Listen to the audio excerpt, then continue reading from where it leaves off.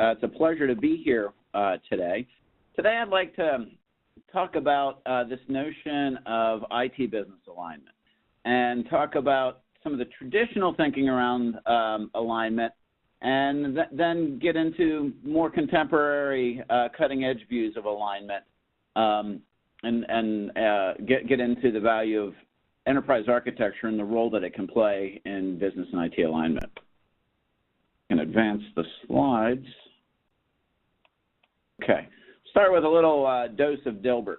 I'll give you a second to read this. Yeah, I think we all feel like we live in a Dilbert cartoon many times. And I thought this one was especially telling for the topic, because I think all of us try to relate whatever we do to alignment with corporate or business strategy. But how many of us really understand what alignment is?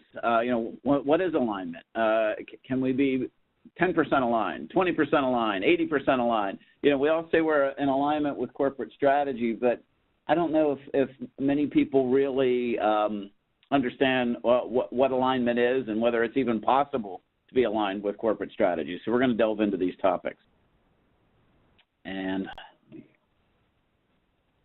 a little delay on there we go. Michael Porter, very famous management consultant and professor, estimates that in over 80% of organizations today, the business strategy is not successfully executed. He goes on to say that it's not because the strategy itself many times is flawed. It's because of poor execution. In most cases, it's because of poor execution. And this failure to execute strategy is one of the most significant management challenges facing organizations of all types today. Furthermore, I'll add another statistic to this slide.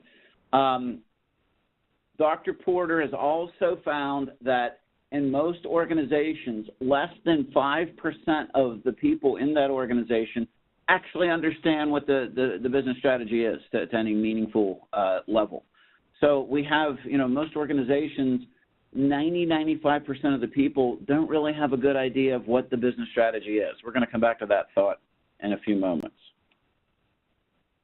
According to Gartner, 75% thereabouts of IT projects fail outright or fail to achieve desired business objectives.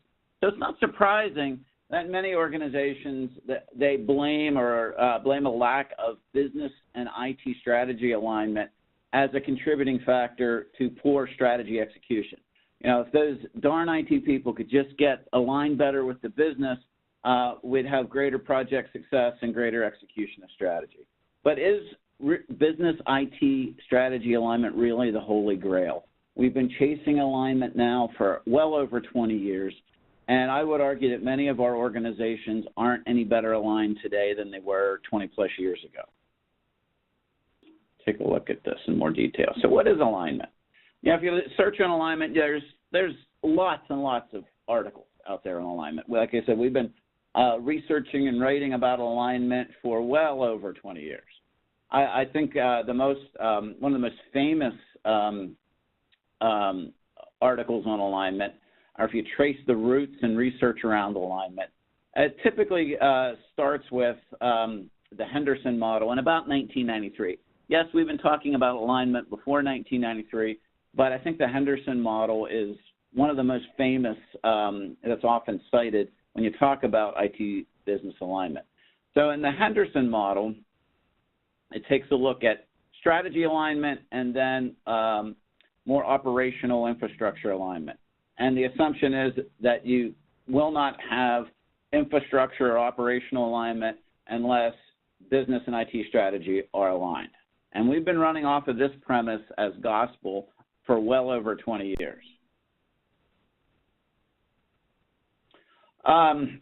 Architecture. If it's structured appropriately and positioned appropriately in the organization and staffed appropriately, so a lot of ifs there, but enterprise architecture has the potential to be the linchpin between business strategy and tactical execution.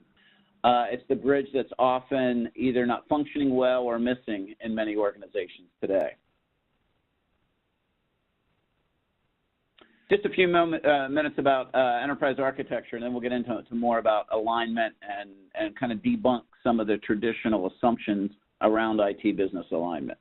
But traditional views of enterprise architecture domains. You have the business architecture, data information architecture, application architecture, and the technical or infrastructure architecture. So it's a very traditional model of enterprise architecture as enterprise architect, or a traditional model that's used in enterprise architecture frameworks to view and model the organization. However, this is a very IT-centric vision of the organization.